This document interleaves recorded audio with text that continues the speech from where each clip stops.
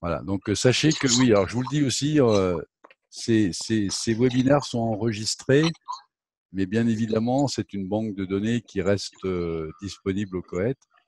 Mais voilà, sachez que ça peut être enregistré. Si ça pose des problèmes à certains ou certaines, on peut arrêter.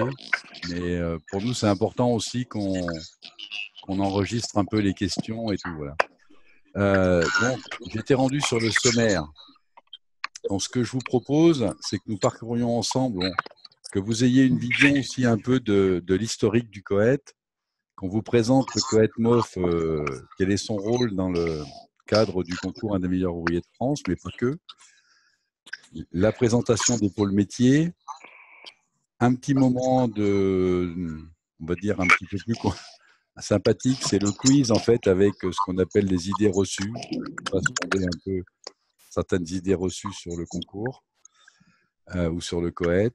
Ensuite, le profil des candidats, le processus parcours d'excellence concours, et puis un élément qui concerne la finance.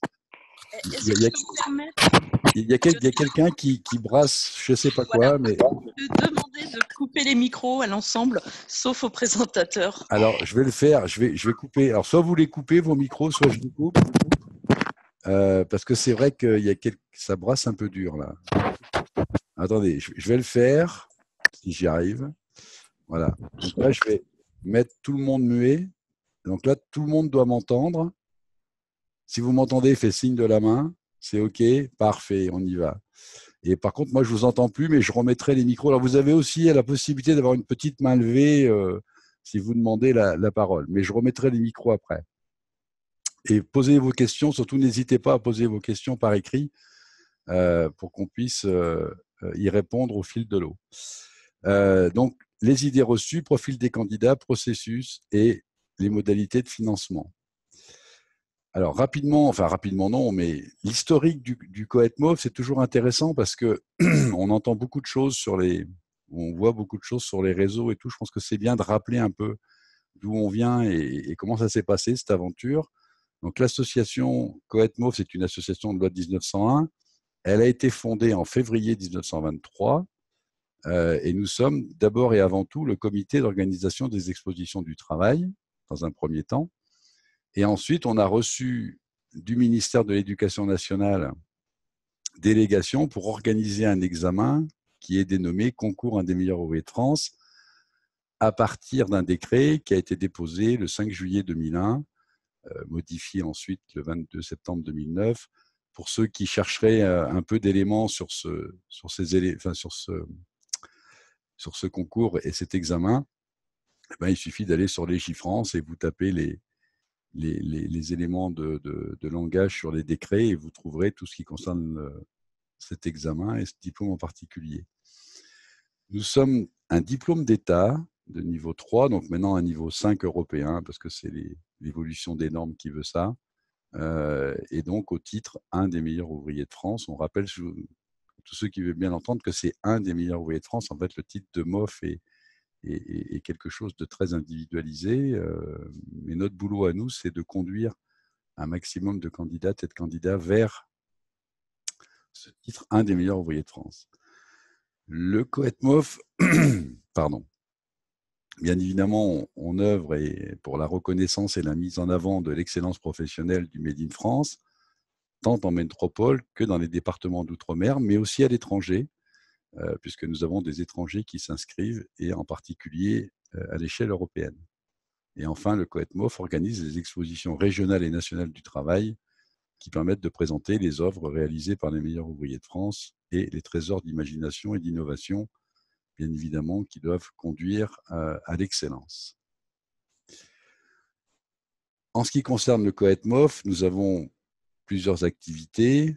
Alors, outre les missions qui nous sont confiées par la réglementation en vigueur, le COET-MOF diffuse aussi les programmes, les sujets, le règlement de l'examen.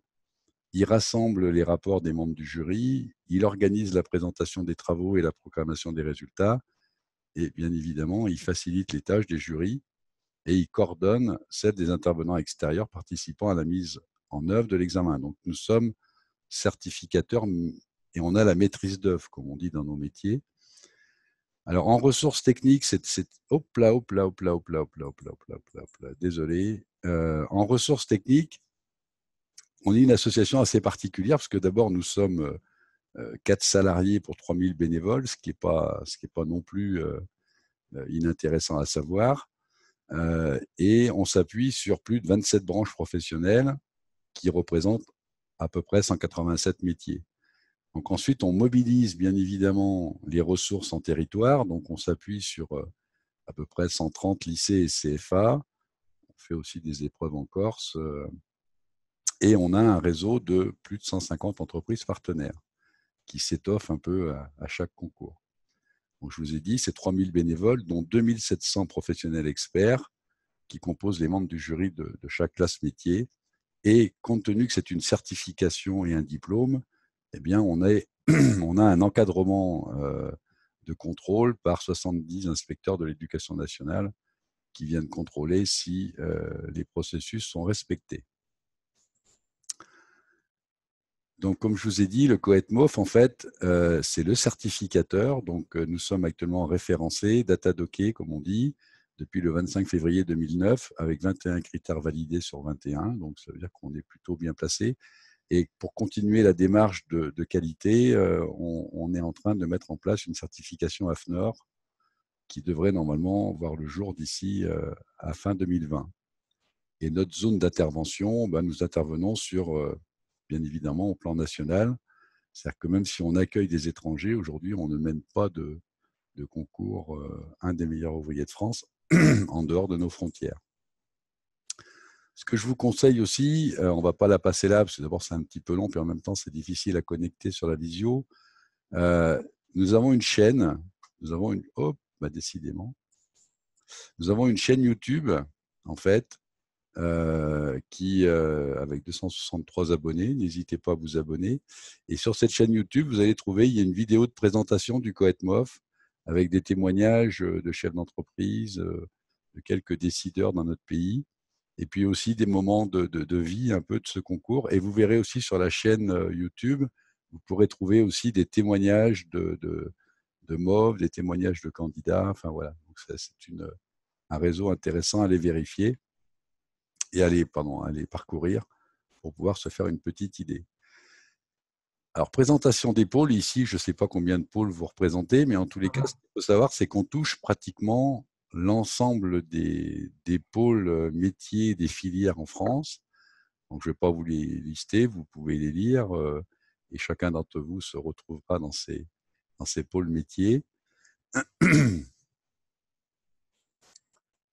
Alors, le petit quiz. Alors, j'ai coupé les micros, donc je ne vais pas vous demander de répondre, mais si je vous laisse un petit moment de réflexion. Donc, le concours est organisé par l'Éducation nationale.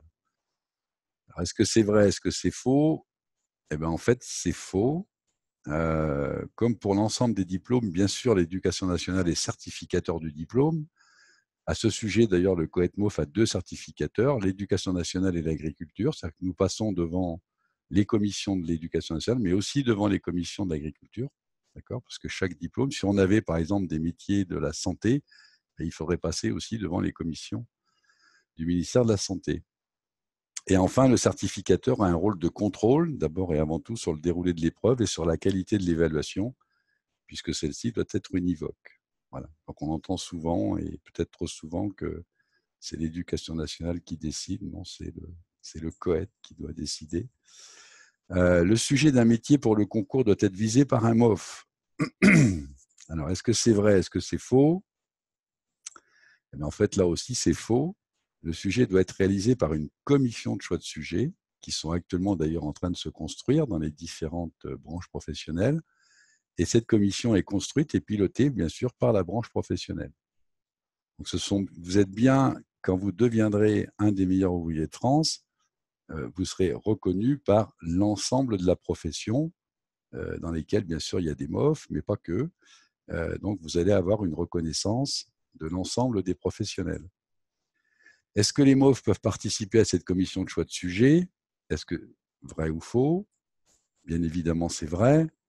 Et on a une consigne simple et on a un décret d'ailleurs d'application là-dessus pour éviter les phénomènes de cooptation. On ne peut pas et il ou elle ne peuvent excéder 50% des membres. Ce qui d'ailleurs est vrai aussi pour les commissions de choix, pour les membres du jury de chaque classe métier. Les critères et les indicateurs de l'évaluation d'excellence des savoir-faire dans le métier sont définis par le COETMOF. Est-ce que c'est vrai? Est-ce que c'est faux? Bien évidemment, c'est faux. Le COETMOF n'a pas la prétention de connaître l'ensemble des métiers. Donc, les indicateurs sont définis par la commission de choix de sujet et permettent de traiter les attendus d'excellence professionnelle. On s'adresse à des ouvriers ou des ouvrières ou des techniciens ou techniciennes hautement qualifiés. Donc, c'est sur cette base-là que sont établis les critères de performance. Les temps d'exécution et le coût engagé pour la réalisation de l'œuvre font l'objet d'un cadrage. Vrai ou faux? Eh bien, en fait, c'est vrai. Voilà. Alors, ça fait longtemps que le COET et que ses commissions travaillent là-dessus, mais c'est vrai qu'en effet, le COET-MOF, depuis 1996, a validé un temps maximum pour une œuvre qui doit être inférieur ou égal à 450 heures. Alors, on a là aussi rappelé à l'ensemble des branches qu'il y avait eu des excès dans un certain nombre de métiers et qu'il nous fallait revenir à des choses un peu plus réalistes. Donc, je ne peux pas vous garantir que toutes les œuvres feront plus ou moins, enfin, plutôt 450 ou moins 450, mais on a demandé à ce que, dans certains métiers, on était rendu à des 1200 heures ou 1800 heures. Il est bien évident que tout ça doit être réduit et qu'on n'a pas besoin, dans l'ensemble de ces métiers, de monter avec autant d'heures pour démontrer ses capacités et ses compétences. Là aussi, la commission doit définir au regard des indicateurs d'excellence, que je viens de dire, et on est bien sur les attendus de l'excellence professionnelle et pas que sur la durée. Il n'y a pas de lien direct entre la durée et l'excellence. Il peut y avoir un lien entre la durée et la performance, mais la durée et l'excellence ne sont pas directement liés. Et en ce qui concerne le coût, un déboursé sera fourni avec le sujet et ne devra pas excéder 2 000 euros. Enfin, pour mettre en œuvre les épreuves de qualificatives ou finales, il existe 6 solutions possibles. Est-ce vrai, est-ce faux? Eh bien, en fait, c'est vrai. Alors, c'est vrai, et en même temps, j'ai envie de vous dire, peut-être des questions se sont déjà posées là-dessus. C'est-à-dire qu'on a donc un panel de 187 métiers. Donc, bien évidemment, nous n'avons qu'un seul règlement, un seul cadrage. Donc, on est obligé d'ouvrir un peu ce cadrage. Et donc, vous avez des métiers qui vont présenter des dossiers. Par exemple, je pense au métier de la conception, conception 3D, imagerie numérique. Vous avez ceux qui, comme beaucoup de métiers, sont en présentiel, en loge, comme on dit chez nous. C'est-à-dire qu'en fait, ils travaillent directement devant les membres du jury. Vous avez ceux qui réalisent une maquette, qui réalisent une œuvre, un ouvrage, qui vont présenter. Nous avons aussi les cas de figure de certains métiers qui sont sur chantier réel. On a aussi la possibilité de réaliser une partie de l'œuvre chez soi et de la terminer devant les membres du jury. Et puis enfin, on a les solutions en équipe qui permettent de regrouper plusieurs options de métier de manière à pouvoir travailler. Par exemple, on a designers, bureaux d'études et chaudronniers qui font des choses comme ça, par exemple. Et alors, pourquoi je dis ça? C'est important parce que des fois, on nous dit, est-ce qu'on peut voir les annales ou ce qui s'est passé au dernier concours? Nous, on tient à rappeler une chose simple, c'est que ce sont les professionnels qui ont le choix dans ces 6 possibilités et qu'il est bien évident que vous dire que ce qui s'est passé au 26e ou au 25e se passera au 27e, on n'en a aucune idée. Donc, ça veut dire que certains sont en train de réfléchir, par exemple, peut-être que certains ont fait des maquettes au 26e concours et qui vont être confrontés à des problématiques en loge devant les jurys. Donc, surtout, vous êtes les professionnels. Ce qu'on attend de vous, c'est une capacité d'adaptation et bien évidemment, attention à ne pas s'engager dans des processus qui, pour l'instant, ne sont pas définis. Donc, on vous donnera ces éléments-là, bien évidemment, au fil de l'eau, mais c'est aussi une des raisons pour lesquelles on souhaite ne pas indiquer aux candidats, puisqu'après, on a des retours de bâton là-dessus, parce que des candidats nous disent, nous, on s'est positionné sur telle nature ou sur tel concept de classe, et puis en fait, en réalité, il s'est passé autre chose. Ce qu'il faut savoir, c'est que dès l'instant où les métiers restent dans ces 6 situations-là, ils sont conformes au règlement. Voilà. Alors maintenant, nous allons passer plutôt sur la partie maintenant candidat, dans ce qui vous intéresse. Alors, vous êtes déjà inscrit ou inscrite au concours. Sachez que pour s'inscrire, il n'y a qu'un seul critère. Aujourd'hui, en tous les cas, c'est comme ça. Il suffit d'être âgé de 23 ans à la date de clôture des inscriptions. Et toute personne qui est âgée de 23 ans peut s'engager dans le concours un des meilleurs ouvriers de France. Et bien évidemment, on ne peut pas faire autrement que de signaler quand même cet élément-là, c'est que bien sûr, il faut être en capacité de démontrer une maîtrise professionnelle dont les fondamentaux sont résumés dans le référentiel métier. Le référentiel métier, vous le trouverez sur le RNCP. Alors, je crois qu'on est en train de mettre un petit tuto qui va être commenté par le COET et qui vous permettra de vous donner un peu les éléments d'accès pour que vous puissiez aller chercher au sein du RNCP les éléments correspondant à ce référentiel. Pourquoi on dit ça? Tout simplement parce que la maîtrise d'un métier n'attend pas forcément l'âge et pas non plus les années d'expérience. Par contre, ce qu'on peut vous dire quand même aujourd'hui, c'est que par expérience, les lauréats des concours passés ont assez souvent quand même, enfin, les moins de 7 ans d'expérience ont quand même quelques difficultés à passer les qualificatives ou à passer en tous les cas la finale. Ce qu'on sait, c'est que les lauréats sont plutôt dans des phases de 7 ans à 15 ans de métier. Voilà, donc c'est pour ça qu'on dit vérifier. Maintenant, il est bien évident qu'on a des jeunes à 24 ans, 25 ans qui réussissent le concours parce qu'ils ont démarré en apprentissage à 15 ans et qu'à 25 ans, ils ont déjà 10 ans d'expérience. Donc, bien évidemment, encore une fois, l'expérience n'attend pas l'âge et la compétence non plus. Alors, quel est le profil un peu de ces candidats et vous allez vous reconnaître, je pense, dans ces profils. Donc, ce sont des salariés. On oublie un peu, je ne sais pas qu'on oublie, mais on pense souvent aux artisans. 50% de nos candidats, voire plus, sont aujourd'hui d'abord des salariés d'entreprise. Ensuite, après, on a ce qu'on appelle les travailleurs non salariés. Donc, ce sont les chefs d'entreprise, les gérants non salariés ou les artisans. Nous avons les étrangers. Voilà. Je crois qu'ils sont déjà une petite quarantaine à s'être inscrits. Alors, il y a 2 types d'étrangers, parce qu'il y a ceux qui sont expatriés de France vers l'étranger, donc ceux-là restent sous statut français. Et puis, on a aussi une petite quarantaine d'étrangers qui viennent concourir sur le Made in France. Nous avons des fonctionnaires d'État. Nous avons des fonctionnaires territoriaux. Pour donner quelques exemples, les fonctionnaires d'État, ça peut être des formateurs dans les lycées. Les fonctionnaires territoriaux, on a par exemple les jardiniers paysagistes qui travaillent dans des mairies. Et puis, ça peut être aussi des demandeurs d'emploi. Il faut le savoir, ça fait partie aussi. On a des personnes, ça correspond toujours à 1, 2 ou 3% de nos effectifs de candidats. 1, parce que d'abord, ils ont tout à fait le droit de concourir. 2, parce que certains, des fois, s'inscrivent en tant que salariés et leur entreprise disparaît au fil de l'eau. Ça peut arriver, déposent le bilan. Mais ils peuvent continuer l'aventure avec le COET. On va rentrer un peu maintenant un peu plus dans le cœur du réacteur, si je puis dire, de ce qu'on appelle le parcours d'excellence de cet examen concours un des meilleurs ouvriers de France. Alors, ce qu'on propose, c'est des réunions d'information, ce qu'on est en train de faire en ce moment. On a décidé de les dématérialiser parce que on pense que c'est... Voilà, déjà, vous allez vous engager dans cette aventure. Vous faire déplacer dans des réunions, c'est toujours un peu compliqué. Donc, on s'est dit, ça va nous permettre de fabriquer aussi de la proximité et aussi de faire en sorte qu'on puisse faire cette information chez nous. Ensuite, après, vous allez avoir un positionnement, ce qu'on appelle les réunions techniques.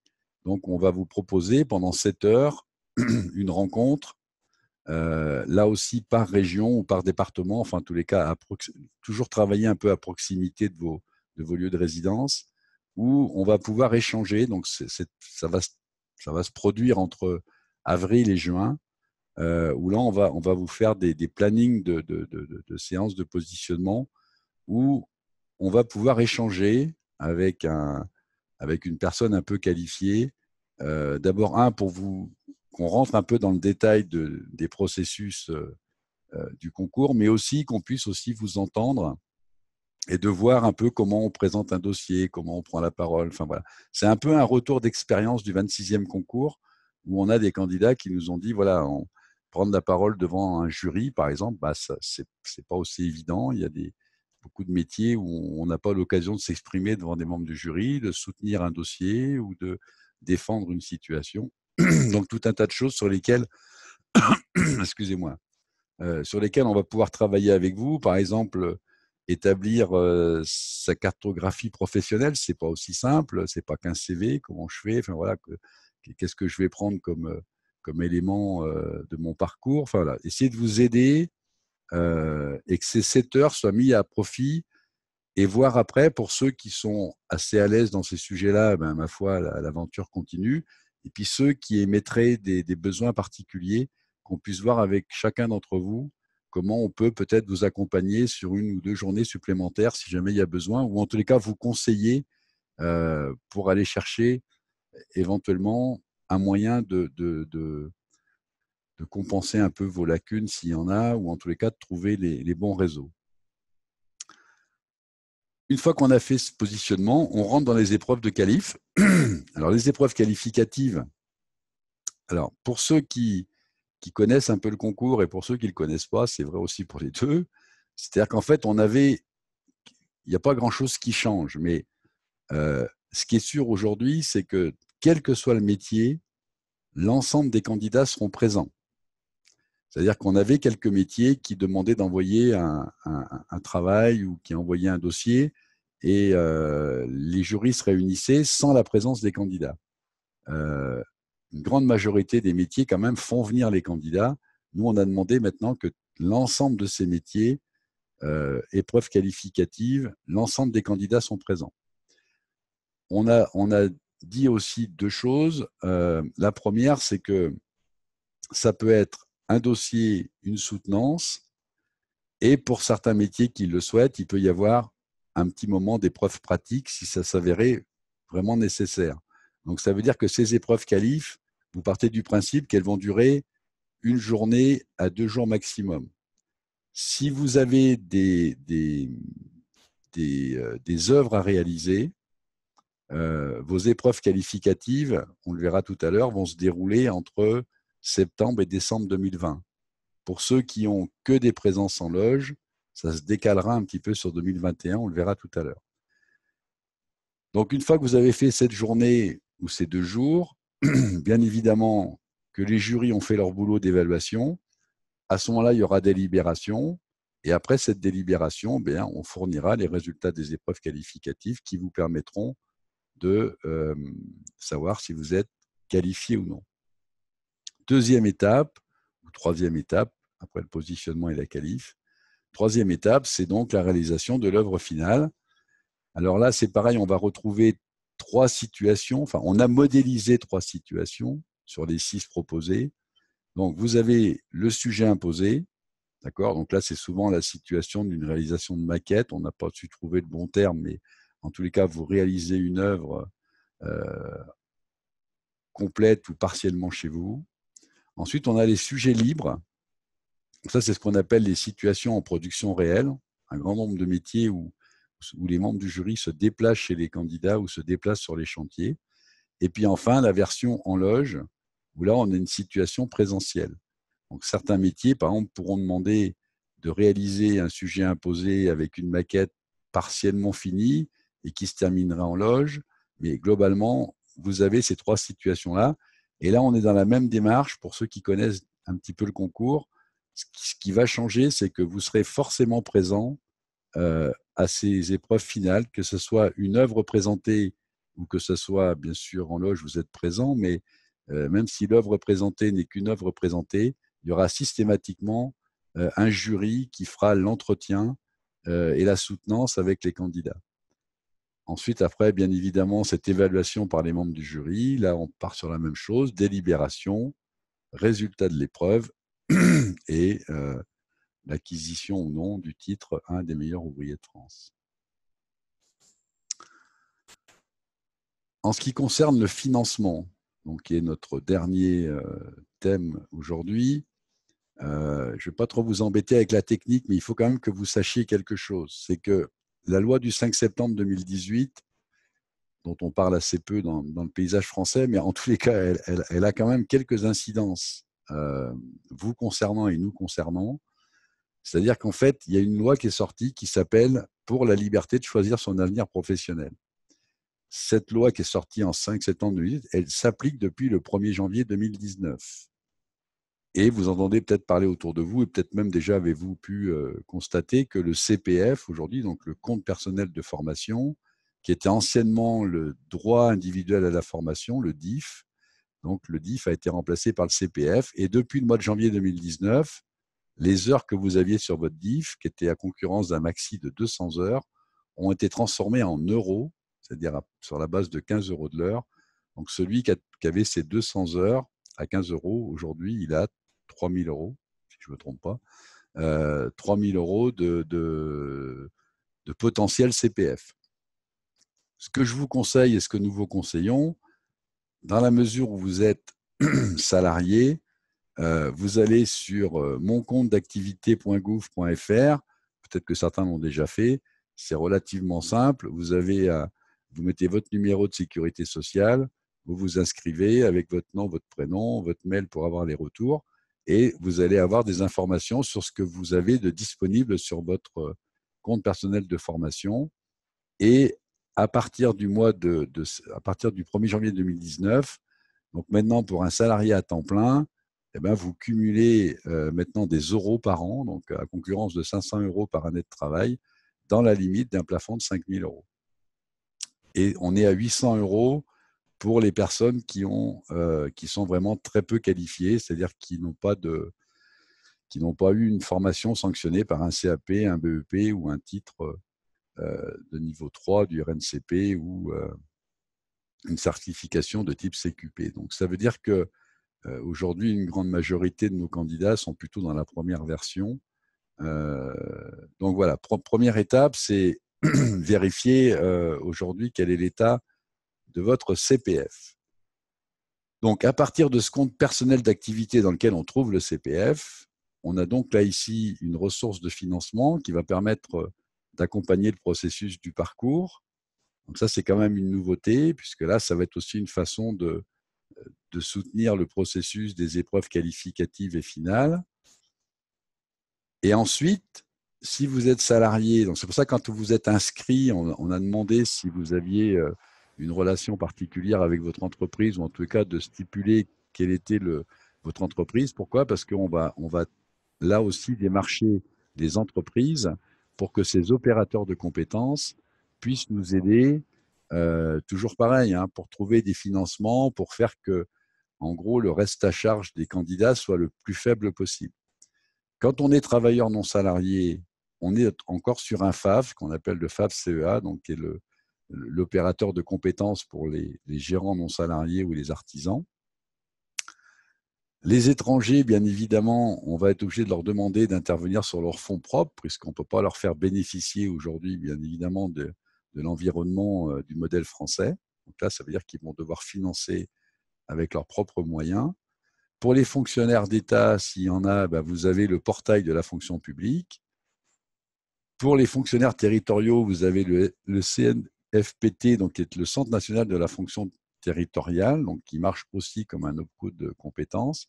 Et pour les demandeurs d'emploi, vous avez ce qu'on appelle la période opérationnelle d'emploi individuel, qu'on appelle la POEI. Donc ça, pour ceux qui seraient au Pôle emploi, il suffit simplement de faire la démarche et de présenter le parcours du concours Un des meilleurs ouvriers de France. Voilà pour le financement. Et enfin, on termine sur ce qu'on appelle le planning, pour l'instant, qui est un planning un peu générique, mais qui déjà permet de positionner le processus du concours. Donc, les inscriptions se clôtureront le 31 mars. Donc, elles devaient se clôturer le 17 janvier. La problématique, c'est que aujourd'hui, le ministère du Travail est encore en train de mettre au point les processus concernant le RNCP. Donc, on a encore une trentaine je crois que c'est une trentaine ou une quarantaine de fiches RNCP qui ne sont toujours pas validées sur les 187.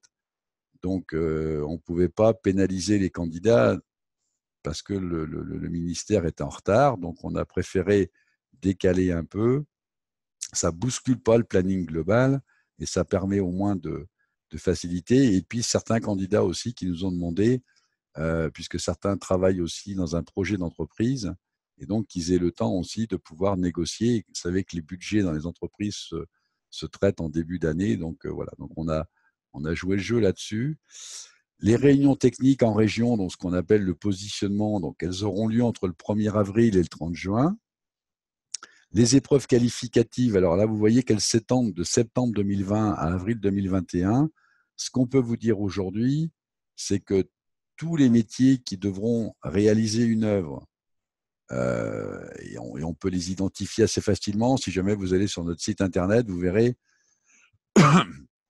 en gros, on le fait par défaut, c'est-à-dire que vous avez des métiers qui se pratiquent forcément en loge, qui sont principalement les métiers de l'alimentation, les métiers de la coiffure, les métiers du jardinier paysagiste, enfin, tout ce qui va, art floral, bref. Donc, tout ce qui va se produire, excusez-moi, je reviens, pas jardinier paysagiste, on parle bien de l'art floral. Jardinier paysagiste, c'est encore autre chose. Tous ces métiers-là, en fait, leurs épreuves qualificatives aura lieu plutôt entre février et avril 2021. Et pour tous les autres métiers qui doivent réaliser une œuvre chez eux ou en entreprise, les épreuves qualificatives se dérouleront entre septembre et décembre 2021, tout simplement parce que pour réaliser 450 ou 600 ou 700 heures de travail, il faut quand même laisser un temps minimum de 12, 14 ou 15 mois. Puisque les épreuves finales, elles se dérouleront entre mai 2021 et le 30 novembre 2021. Et la remise des titres est déjà programmée pour la première semaine de février, enfin peut-être plutôt la deuxième, parce qu'on est sur le 12 ou le 13 février aujourd'hui dans les plannings réels. Au niveau du planning réel, pardon. Voilà, donc j'en aurai, moi, terminé sur cette présentation. Hein, voilà, on arrive à la fin. Je vais juste peut-être remettre les micros. Ça va permettre de se parler. Alors, je pense que si je fais ça, ça doit marcher. Normalement, on doit s'entendre. Enfin, on doit s'entendre. J'espère que vous m'avez entendu, mais vous devez pouvoir vous exprimer. Allô, allô? Oui. Ah, voilà. D'accord, ok. Donc là, ça veut dire que vous avez la parole, si je puis m'exprimer ainsi. Vous avez la parole s'il y a des questions auxquelles je peux répondre ou pas. J'ai posé une question, bonsoir, par écrit, par rapport à la catégorie confection robe du soir finition floue, qui n'apparaît pas dans les qualifications à venir. Est-ce que ça fait partie des épreuves qu'on recevra plus tard, comme vous dites, qui seront faites Alors, excusez-moi, vous êtes dans quel métier? Confection floue. Conception floue. Couture. Oui. Donc, à la question, est-ce qu'il y aura des épreuves qualificatives ou pas, c'est ça? Oui, parce que il y a différentes dénominations. Il y a prêt-à-porter. Et moi, ce n'est pas le prêt-à-porter dans lequel je me suis inscrite, c'est dans la finition floue qui n'apparaît pas pour l'instant. Alors, les options finition floue, là, vous allez me poser une colle. Pour moi, ça n'existe pas. On n'a pas d'option sur la finition floue. On a couture floue, mais on n'a pas la finition. Vous avez pris ça où? Alors, je vais essayer de retrouver la dénomination. C'est quand vous allez vous inscrire, en fait, quand vous allez vous inscrire dans les métiers, que vous allez vous inscrire dans l'inscription, à mon avis, il n'y a pas finition floue. Il y a couture du jour, enfin, prêt-à-porter jour et soir. Prêt-à-porter flou, autant pour moi. Prêt-à-porter flou, robe du soir. Ah, voilà, c'est ça. Autant pour moi. Et du coup, cette spécialité n'apparaît pas dans les premières épreuves, si je ne me trompe pas. Alors, le prêt-à-porter, alors actuellement, en fait, elles n'apparaissent pas. C'est-à-dire qu'en fait, vous aurez systématiquement des épreuves qualificatives. Hein. D'accord. Donc, je peux rester dans cette catégorie comme je me suis inscrite. Là, je n'ai pas à changer. Tout à fait. Et d'ailleurs, si les autres m'entendent, ce que je peux vous dire aussi, c'est que quand on sera arrivé à la clôture des inscriptions, en fait, parce que nous, en fait, on est obligé le concours commence réellement à la clôture des inscriptions. Avant, on ne peut pas trop travailler sur les inscrits, ce qui est un peu compliqué pour nous d'ailleurs. Donc, une fois qu'on aura clôturé le 31 mars à minuit, c'est-à-dire que le 1er avril, ce qui n'est pas très judicieux, le 2 avril, on va dire, pour éviter les amalgames, le 2 avril, en fait, on va vous retourner, enfin peut-être pas le 2, mais la semaine qui suit, on va vous retourner vos fiches en vous disant, voilà, est-ce que ce sont bien les bonnes données? Est-ce que c'est bien la bonne classe? Est-ce que c'est bien vos bonnes coordonnées? Est-ce qu'on est au clair là-dessus, de manière à ce que vous puissiez tout de suite nous confirmer que c'est bien la bonne classe métier, enfin, que tout est bien d'équerre, d'accord? Parce que nous, on peut encore intervenir jusqu'au 15 avril, on pourra encore intervenir pour faire des modifications si nécessaire. Mais partez du principe qu'aujourd'hui, l'ensemble des classes, en tout cas décision du conseil d'administration du COET, toutes les classes devront passer par une épreuve qualificative. Ça, c'est la demande du conseil d'administration. Voilà, donc pour l'instant, c'est ce qu'on a enregistré nous, et c'est là-dessus qu'on va se battre.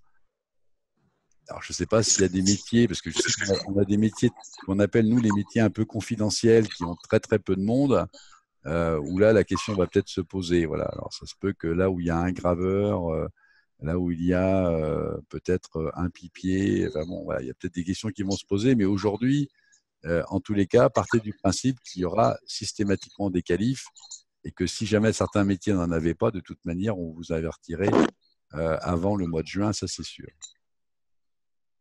Et dans le cadre des encadreurs, justement, où il y a 5 personnes. Bah, alors les encadreurs, si je puis dire, on a deux. Alors on n'a pas forcément la problématique du nombre. Là aussi, on est tous des professionnels autour de la table. Si vous voulez, il faut d'abord une représentation professionnelle. Donc aujourd'hui, on cherche, nous, une représentation des encadreurs au niveau de la branche, ce qui est déjà pas si simple. Donc on espère trouver, parce que si on ne trouvait pas, ça va être compliqué. Et puis, ce qu'on sait, par exemple, c'est qu'à partir de 5, vous êtes considérés comme des métiers, on va dire, à flux tout à fait convenable, si je puis m'exprimer ainsi. Mais par contre, ce qu'on a besoin, nous, c'est de trouver la représentation professionnelle. Donc là, on va rencontrer, là, dans quelques jours, le mobilier urbain, enfin tous ceux qui travaillent comme nous un peu à la sauvegarde d'un certain nombre de savoir-faire et de certains métiers. Et on est parti pour trouver. Mais pour l'instant, c'est vrai que la question à date, je ne sais pas vous répondre, parce que si on n'a pas de représentation professionnelle, ça va sûrement coincer en quelque part sur la certification.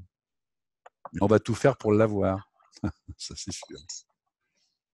Mais aujourd'hui, c'est une réponse de Normand que je vous fais là. Ok, vous m'en voudrez pas. Non, non, pas pour l'instant. J'espère qu'il n'y a pas de Normands d'ailleurs qui sont.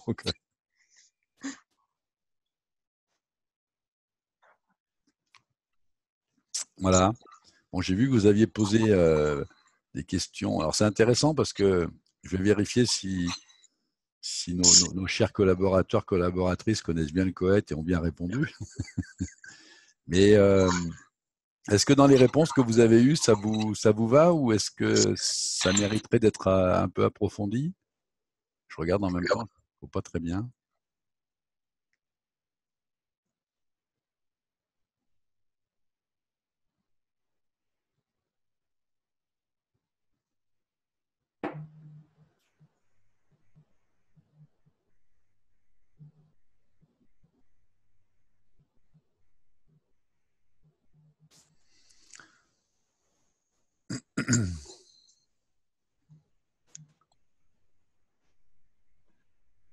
Et à la question aussi, parce que je crois que c'est Solange qui parle du FAV CEA. Vous êtes artisane, chef d'entreprise? On a perdu Solange. Solange, elle est partie, Solange, peut-être. Ah, il y en a qu'on a perdu. Allô, allô.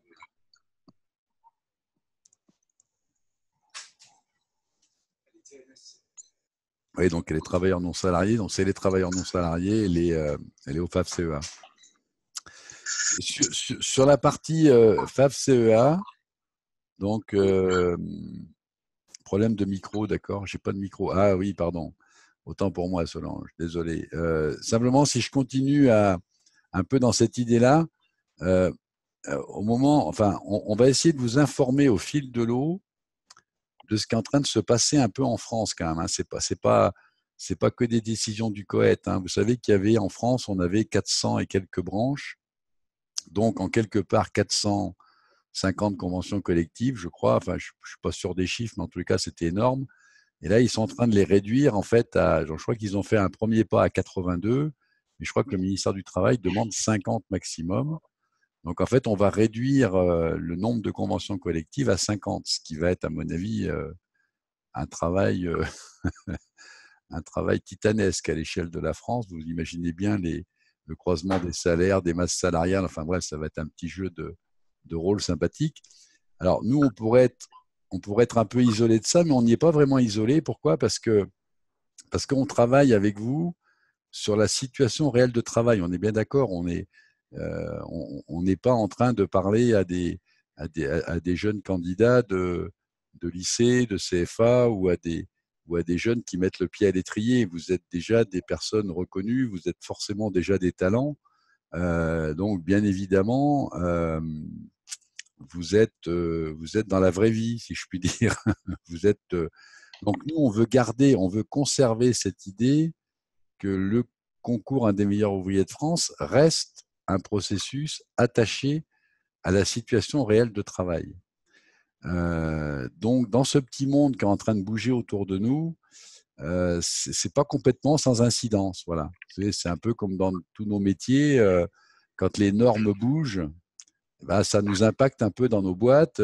Bah, là, on a un peu le même problème. La norme est un peu en train de changer, donc ça impacte un peu le COET-MOF. Mais notre idée, et l'idée du conseil d'administration du COET et des élus du COET, c'est vraiment de se battre pour conserver cette idée de décrocher un titre diplômant de niveau 3, maintenant de niveau 5 à l'échelle européenne, toujours en se basant que sur la maîtrise des savoir-faire. Voilà. Donc on est un petit peu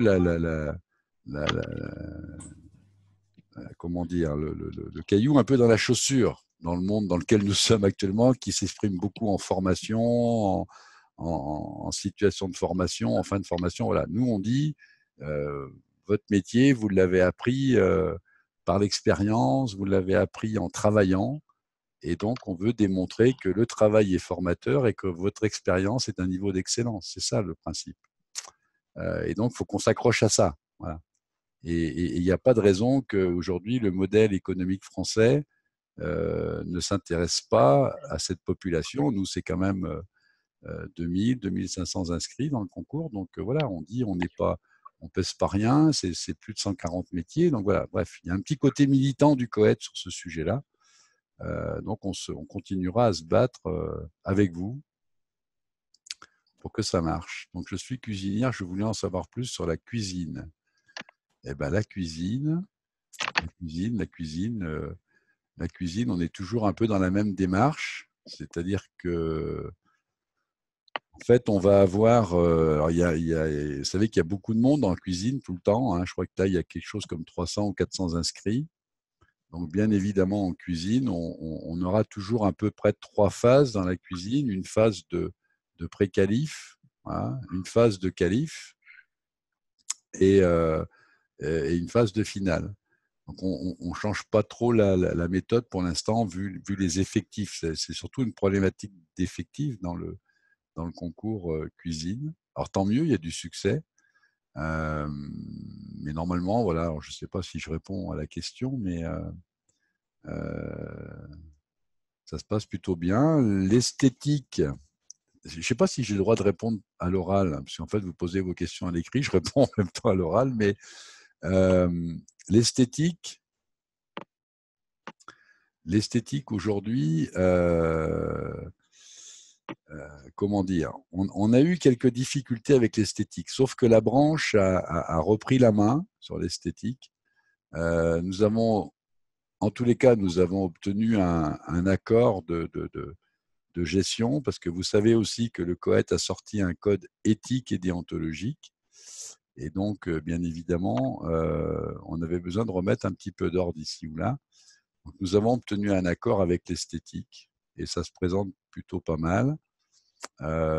Pour les gouvernantes aussi. Il y a pas de... Après, on peut parler des gouvernantes, mais les gouvernantes aujourd'hui, je pense, sont parties aussi pour rentrer dans le concours. Et à la question 3 phases, c'est-à-dire, je pense que c'est pour la cuisine, ça, non? Alors, pour la cuisine, oui, 3 phases. Alors, oui, on a 3 phases. C'est-à-dire qu'en fait, on a été obligé de faire passer un modèle d'exception pour la cuisine. C'est que on a une première étape qui est basée sur un QCM, qui fait un peu une pré-qualif et ensuite une qualif qui se passe, on va dire, un peu comme ça se passe pour les autres métiers. Et donc après, forcément, il y a la finale. C'est la pré-qualif qui est une condition particulière. C'est la raison pour laquelle, en fait, alors je pense que ça se pratique depuis quelques années, enfin, depuis quelques concours, depuis qu'il y a, ça n'a pas toujours été le cas, mais maintenant on a un effectif. Tant que la télé fera de la télé-réalité sur la cuisine, je pense que quand ça s'arrêtera, il y aura peut-être un peu moins de monde, mais pour l'instant, c'est plutôt, il y a quelque chose qui fonctionne. On souhaite qu'un jour on fasse le top, le top chef mécanicien, par exemple. Ce serait génial à la télé.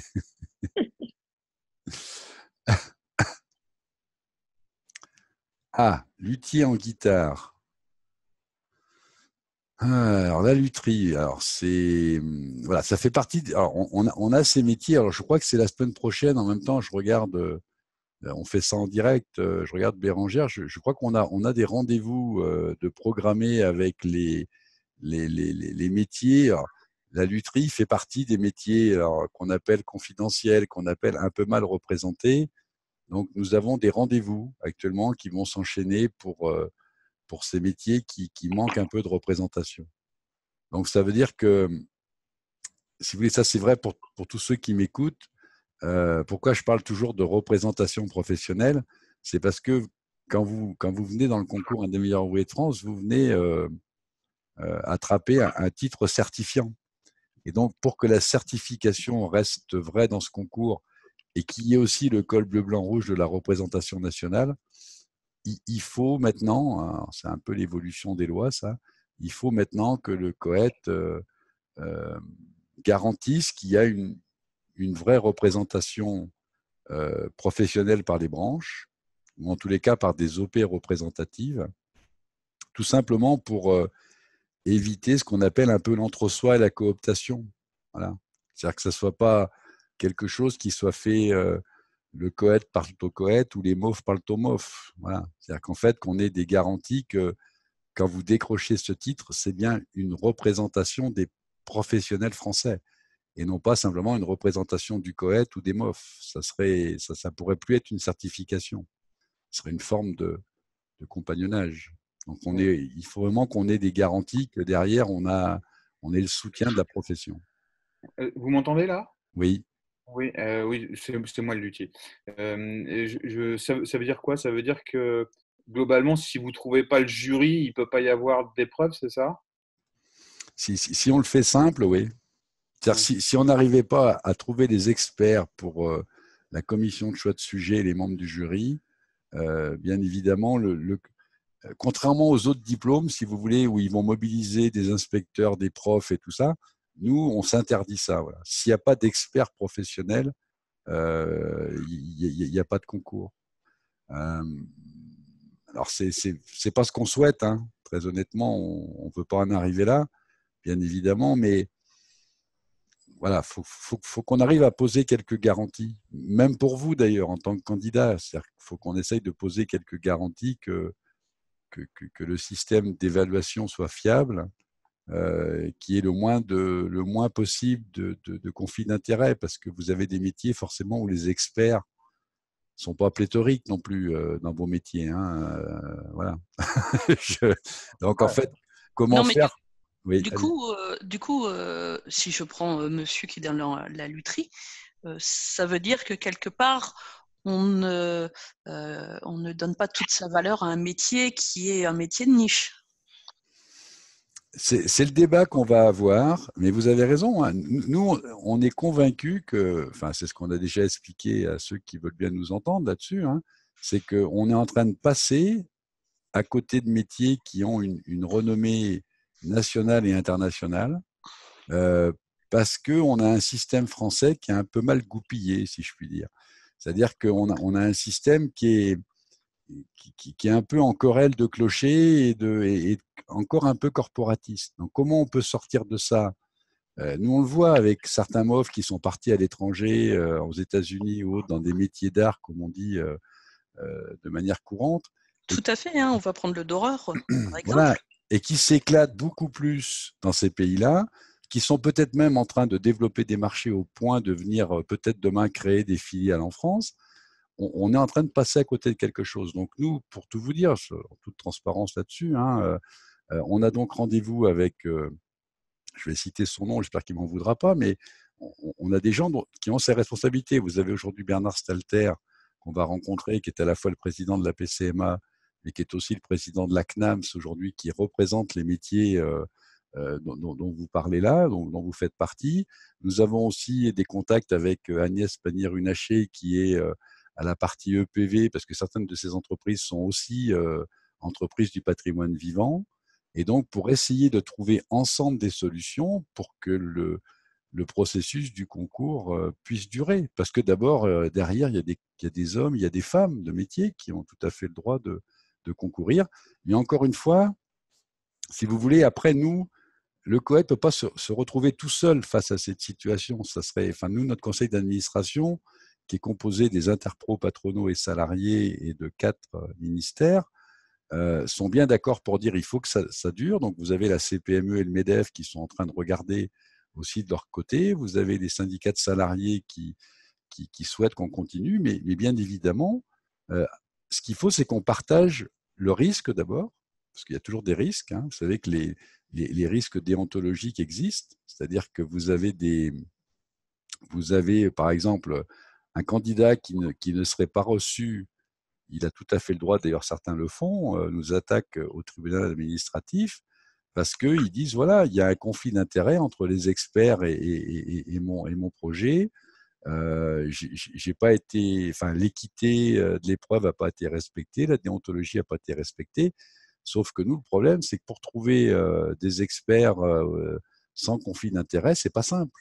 Voilà. C'est Et, quoi conflit d'intérêt exactement? bah, les conflits d'intérêts, si vous voulez, c'est que nous, normalement, par exemple, la notion de maître à élève, si je puis dire, c'est la notion de maître d'art. C'est-à-dire si quelqu'un a accompagné un disciple dans un métier et qu'il est expert et qui va juger cette personne, c'est pas possible. Si Ah vous oui. avez un formateur qui a formé, ben oui, forcément, il y a le risque. Nous, on part du principe que tout le monde est honnête. Sauf que Mm. maintenant, nous sommes dans un pays aussi qui est très procédurier aussi, hein. Et donc, dès que les personnes ont le sentiment qu'ils ont été, voilà, que le traitement n'a pas été équitable, que la déontologie était borderline, eh ben, ils vous attaquent aujourd'hui. Et voilà. Alors Mais ça, c'est pour le déroulé du concours, oui, j'imagine. Parce que euh, euh, il y a eu d'autres épreuves du MOF pour les luthiers, donc, dont je connais certains confrères qui ont été diplômés. Donc ça veut dire que ça a pu se faire, ça a pu exister. Euh, oui, mais on est d'accord. Mais vous savez, alors, oui, oui, vous avez raison. Et j'espère qu'on va pouvoir continuer.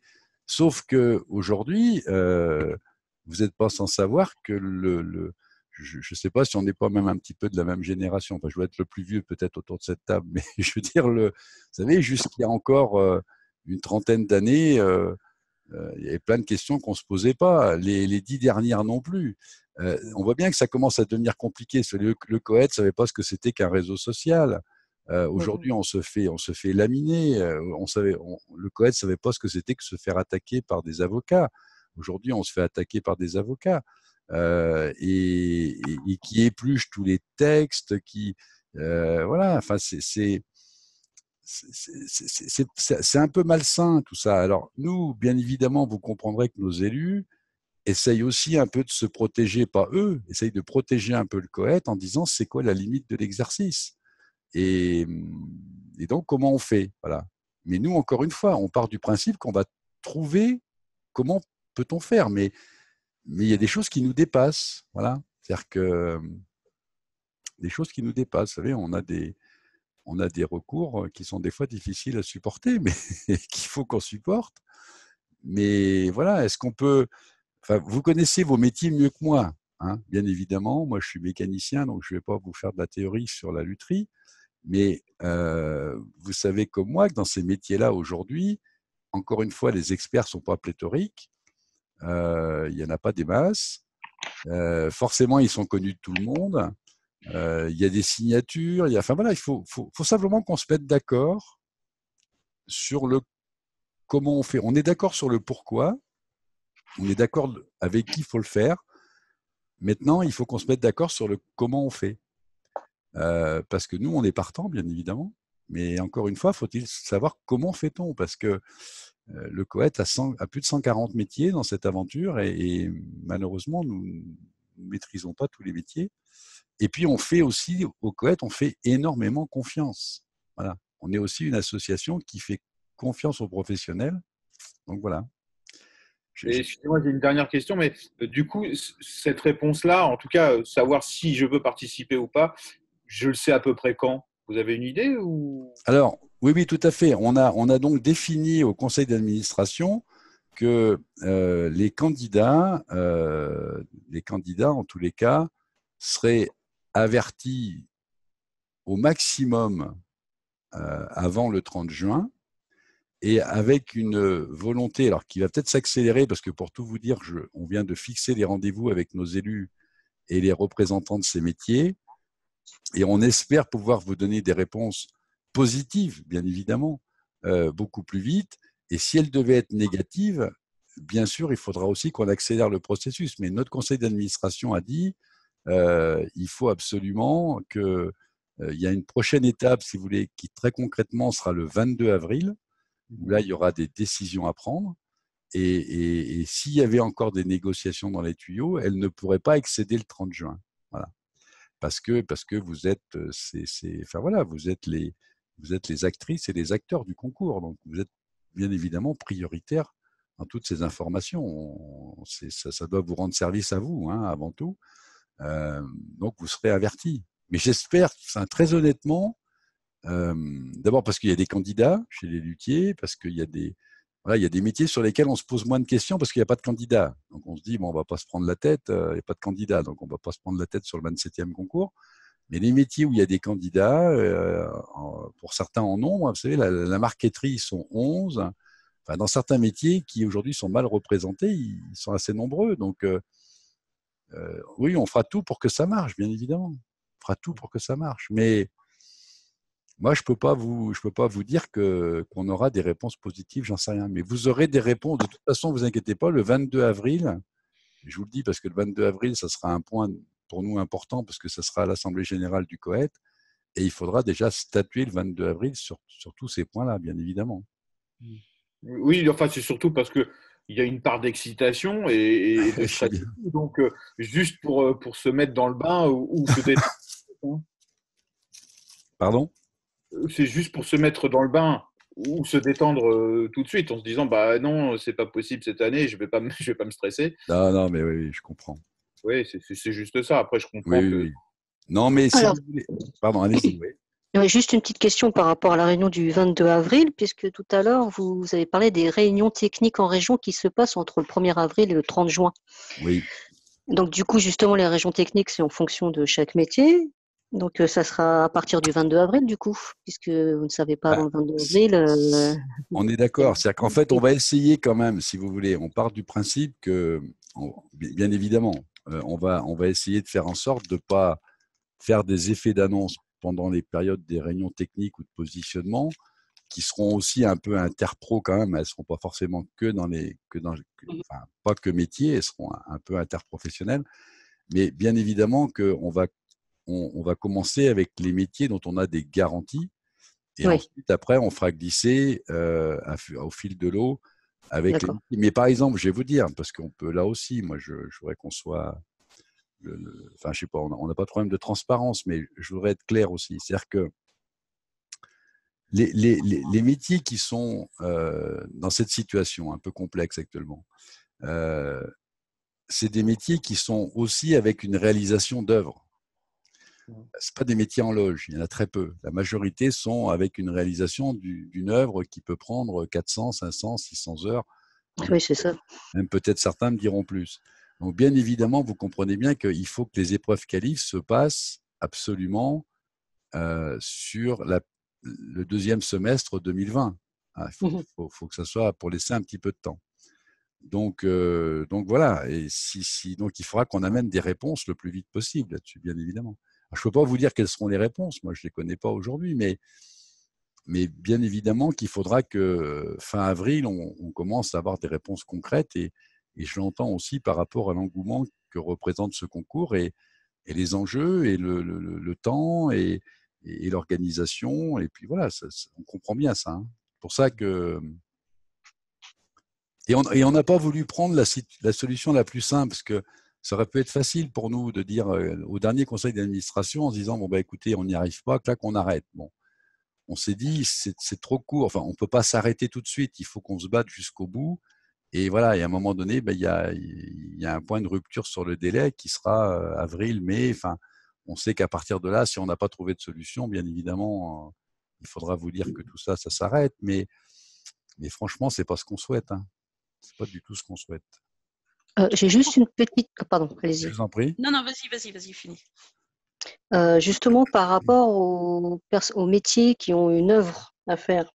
Oui. Donc, en ce qui concerne réaliser cette œuvre entre septembre 2020 et avril 2021. Donc là, on commence cette œuvre-là et après, donc il y a une préqualification, on va dire. Et après, cette œuvre-là, on la termine en épreuve finale ou c'est une autre œuvre? Non, ça sera… Alors, l'épreuve qualificative, on a demandé surtout des soutenances de dossiers et pas d'œuvres réalisées. Enfin, peut-être des petites mises en situation, mais ça ne doit pas être… et après, il y a un deuxième temps qui sera vraiment l'œuvre finale, où là, vous avez 12 mois, 14 mois pour réaliser votre œuvre, enfin, jusqu'à novembre, maximum jusqu'à novembre 2021. Mais la qualification, encore une fois, c'est une forme de sélection, la qualification. C'est-à-dire qu'en quelque part, on doit déceler sur un dossier, sur des situations assez simples, la capacité des gens à aller vers l'excellence. On ne juge pas l'excellence à la qualif. On juge un peu le parcours, un peu l'expérience, un peu voilà. Et simplement que si quelqu'un est vraiment trop éloigné, on lui dise… parce que comme on n'a que 23 ans comme critère, mais qu'on sait aussi qu'on découvre des pépites à 24, donc on n'a pas le droit non plus de dire à 30 ou 35 ans. Donc on s'est laissé cette marge de manœuvre. Oui. D'accord. Voilà. Merci. Je vous en prie. Oui, moi j'avais 3 petites choses. Vous craignez en fait un certain nombre de recours, et je peux le comprendre, hein, ça c'est pas le souci. On sait très bien que ce genre de recours est très désagréable, très coûteux, et au final n'aboutit pas à grand chose. Est-ce qu'il n'y aurait pas une possibilité de, à la limite pour ce type de métier, de faire signer un document comme quoi aucun recours ne sera envers l'association? Petite chose. Deuxième question, c'est dans le cas où la spécialisation ne serait pas possible, ne serait pas faisable, est-ce que vous nous remboursez les inscriptions? Et troisième chose, pour mon cas personnel ayant des compétences multiples, est-il possible de switcher, de pouvoir s'inscrire dans une autre branche, entre guillemets? Excusez-moi, j'ai pas compris. La première question, c'était… La première question, vous craignez les recours, je comprends tout à fait, ce n'est pas du tout. Bon. Voilà. C'est bon. Non, alors, si vous voulez, je vais essayer de répondre à ces 3 questions. La première question, bien évidemment, on y a pensé. On y a pensé, sauf que la loi française, en fait, on est calé sur la loi de l'égalité des chances dans nos métiers. Ok, ok, je Et donc, comprends. vous comprenez, c'est qu'en fait, la loi nous rattrape. Bon, D'accord. c'est pas Ok. vraiment un concours tout à fait comme les autres, donc la loi nous rattrape. Maintenant, je ne vous cache pas qu'on essaie de voir comment on peut contourner un peu les choses, mais la loi nous rattrape. À la deuxième question, oui, bien évidemment, que si c'est nous qui devons subir cet échec de ne pas ouvrir cette classe, bien évidemment, on vous remboursera la totalité de vos frais d'inscription, bien évidemment. Et à la troisième question, pouvez-vous changer de classe? Bien sûr aussi. Ok. C'est-à-dire que D'accord. si vous voulez continuer sur une autre classe métier qui, elle, sera représentée, on vous donnera la possibilité de le faire, bien évidemment. Ok, merci. Je vous en prie.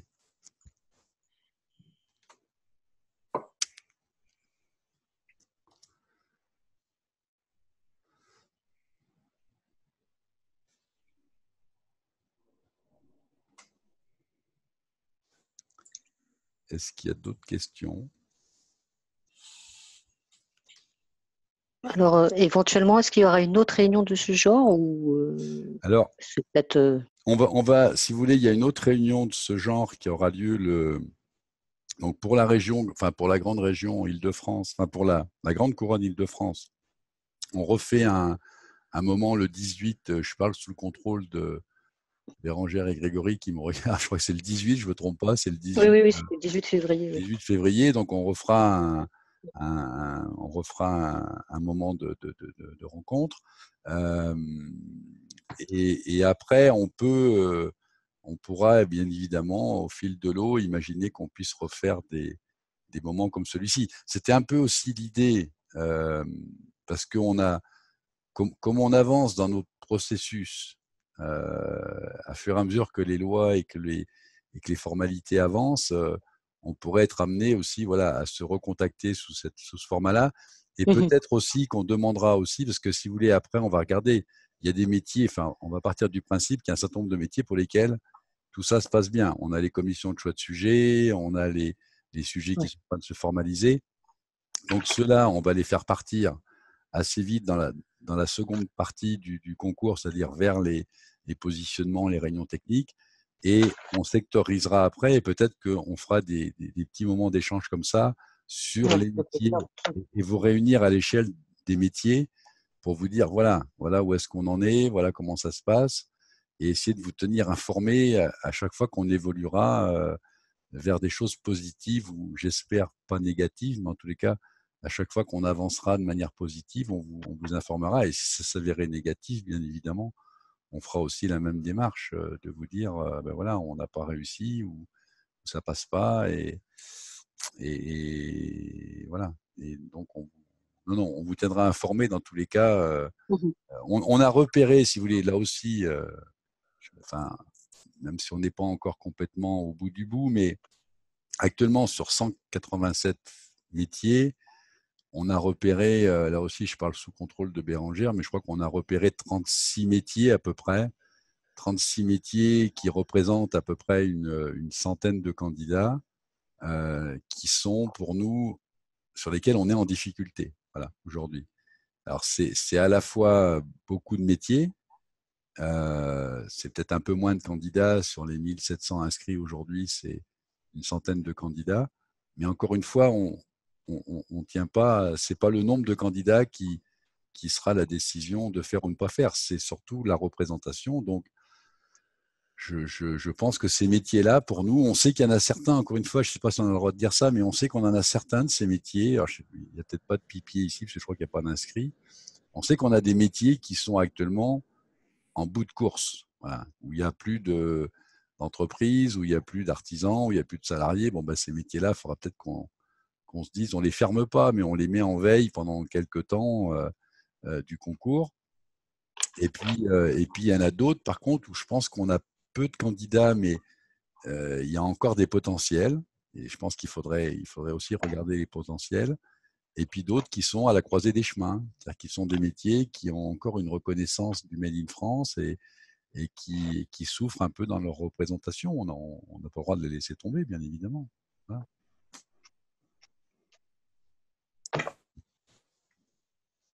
Parfait. Oui. Voilà. On est aussi un peu observé par l'Occitanie. C'est un plaisir de voir que l'Occitanie nous observe. On dit bonjour à l'Occitanie d'ailleurs. Donc voilà, c'est ce qu'on pouvait vous dire aujourd'hui. C'est pas. On est confiant, nous. Voilà. Alors, tant mieux. On est confiant. Non, on est confiant. Et puis encore une fois, hein, enfin, à la question, c'est pas les recours qui nous font peur. Hein. Ça, ceci dit, on acceptera de prendre des risques, bien évidemment. C'est pas le COET c'est prendre ses responsabilités, prendre des risques. La seule chose, c'est que voilà, faut pas qu'on fasse prendre des risques aux candidats. C'est-à-dire qu'il ne faudrait pas que les candidats se retrouvent dans une situation un peu abracadabrantesque parce que nous, on n'a pas su boucler correctement les choses. C'est surtout ça qui est important et de faire travailler des gens qui 2 ans après, voilà, disent attendez, ce truc-là, c'est un petit peu du grand n'importe quoi. Bon, ça, c'est plus embêtant. Voilà. Après, les recours, bon, les recours, ils existent. C'est normal en même temps que les gens puissent à un moment donné manifester leur mécontentement et voilà. Mais voilà. Enfin, Bonsoir. voilà. Vous m'entendez? Oui, Ouais. je vous entends. Oui, excusez-moi, mais ça pose un problème si on connaît certains membres du jury? Ça pose pas de. En fait, si vous voulez, la liste des candidats et la liste des membres du jury sont publiques. D'accord? Donc, ça pose pas de problème. Le seul problème, c'est qu'il faut qu'on se garantisse que alors, nous, dans notre règlement, c'est très clair. Hein. Enfin, dans notre décret d'application, un membre du jury qui est comment dire, qui est lié à l'entreprise, si jamais c'est votre patron, votre chef d'atelier ou un de vos collaborateurs, bien évidemment, vous ne pouvez pas être membre du jury. Et si c'est quelqu'un de votre famille. Voilà. Et le troisième point, c'est si c'est quelqu'un qui a été coaché ou formé dans le cadre de la préparation au concours, ce que nous, on n'aime pas du tout, mais malheureusement, ça arrive. Voilà, c'est les 3 cas de figure où, après qu'on connaisse les gens, c'est pas le problème. Donc, nous, ce qu'on demande, et c'est là-dessus qu'on a un problème, c'est que quand on demande aux experts de dire, voilà, voilà les candidats, bah, eux, ils disent, ouais, mais là, nous, forcément, on est intervenu un peu, soit professionnellement, soit de la famille, soit voilà. Donc, c'est compliqué. C'est là que ça devient compliqué. C'est pour ça qu'il faut qu'on arrive à trouver la bonne solution pour qu'on garantisse que vous n'ayez pas été évalué par des gens. Vous comprenez? Parce que nous, on a des recours bizarres, en fait. On a des recours Mais de si gens c'est qui disent moi, j'ai si pas c'est été. une ancienne prof, en fait. Ah, si c'est une ancienne prof, elle pourrait éventuellement faciliter d'une façon ou d'une autre le fait de vouloir vous faire reconnaître MOF. Et alors, Oui, c'est pas vous, c'est le candidat d'à côté qui va venir ouais, porter. qui va dire ça. Oui, oui, je comprends Hein. bien ça. Je comprends bien le problème que vous avez. Mais enfin, mais du coup, ça pose un problème pour le candidat ou le jury ou. Bah, ça pose un problème par rapport au nombre, parce que ça, on l'a dans tous les métiers. D'accord? Sauf que chez les cuisiniers, on a 2000 membres du jury. Donc, on arrive assez facilement à gérer les conflits d'intérêts. Dans les métiers du bâtiment, on a entre 20 et 30 membres du jury. Donc, on arrive à gérer les conflits d'intérêts. Dans vos métiers, le problème, c'est qu'on a déjà de la peine à en trouver 4 ou 5. Et on ne peut pas vraiment les switcher quand on est en face du candidat. Et donc, c'est là-dessus qu'il faut qu'on travaille. Alors, faut qu'on travaille aussi sur les méthodes d'évaluation, sur les méthodes. Et on ne peut pas travailler sur l'anonymat parce que l'anonymat n'existe pas. On peut anonymer des pièces, mais on n'anonyme pas des personnes. Oui. C'est un vrai sujet. Okay. Et même, vous savez, dans la photographie, dans le, je sais pas, en tout cas dans les métiers d'art, vous avez certaines signatures avec des gens qui reconnaissent la patte, qui reconnaissent ce truc. Enfin, je vous garantis. Enfin, moi, j'avoue que c'est un truc qui est quand même très honnêtement, c'est complexe. Hein. Je pense qu'il faut qu'on arrive à trouver des solutions. Moi, je pense qu'on va les trouver parce qu'il y a trop d'enjeux dans certains métiers. Encore une fois, je pense qu'on va les trouver dans les métiers de la musique. Voilà, je ne vais pas vous donner des faux espoirs parce que j'en sais rien, mais sachez que le COED va tout mettre en œuvre quand même pour trouver. Ok. Voilà. Très bien. Merci beaucoup. On commence à trouver des bons relais là en ce moment. Merci. Je vous en prie. Voilà. Bon, il est 19h19, donc on a largement dépassé le timing, mais c'était un plaisir. En tous les cas, on va devoir mettre fin à notre entretien. Merci pour votre participation. Merci à vous. J'espère qu'on aura pu amener un certain nombre de réponses. N'hésitez pas, bien évidemment, à revenir vers nous. N'hésitez pas à être là mardi prochain s'il y a besoin, pour s'assurer d'abord qu'à chaque fois, je dise bien la même chose. Vous nous renvoyez un lien à chaque fois ou ce sera le même lien? Alors, c'est pas le même lien. Je crois qu'on a dû renvoyer 2 liens, Bérangère, c'est ça? Non, c'est le même lien? Ah bah oui, mais là, c'est l'aquarium, là, chez moi. Là. On n'entend pas, Bérangère, ce que vous dites. Faut que je mette le son? Oui, Ouais. je disais, oui, vous m'entendez là? Tout le monde vous entend, Bérangère. Donc en fait, un nouveau lien vous sera envoyé là d'ici ou lundi. C'est un nouveau lien qui sera envoyé, donc, qui sera envoyé lundi. Et compte tenu du nombre de participants, je pense qu'on le renverra à tout le monde. On a jusqu'à 100 personnes, donc voilà. Mais je pense qu'à notre niveau, à nous, très honnêtement, moi, je ne suis pas un conférencier. Et je pense qu'Occitanie, qui nous écoute aujourd'hui, qui va me remplacer dans la région Occitanie, on n'est pas des conférenciers non plus. Donc, je pense que jusqu'à 20, 30, 40, ça me semble déjà pas si mal. Parce qu'après, et puis après, il ne faudrait pas que ce soit non plus qu'une conférence. Il faudrait qu'on garde un peu d'échange quand même, qu'on garde une certaine dimension un peu humaine quand même dans cette aventure. Quand même. Donc, voilà. Mais on pense que ça peut être une bonne solution aussi, ce genre de méthode, parce que l'avantage, on est chez nous, voilà, ça évite les déplacements, ça évite. Faut pas faire que ça, mais c'est peut-être un bon moyen pour déjà informer un maximum de monde. Je vous remercie, je vous souhaite de passer une bonne soirée, un bon week-end puisqu'on ne se verra pas, puis peut-être à mardi prochain en tous les cas. Merci à vous. Merci beaucoup. Merci. Au revoir. À bientôt. Au revoir. Ah ben voilà, j'ai le luthier qui est juste en face de moi. Là, on est. Vous avez, je vois votre fonds de commerce, jeune homme.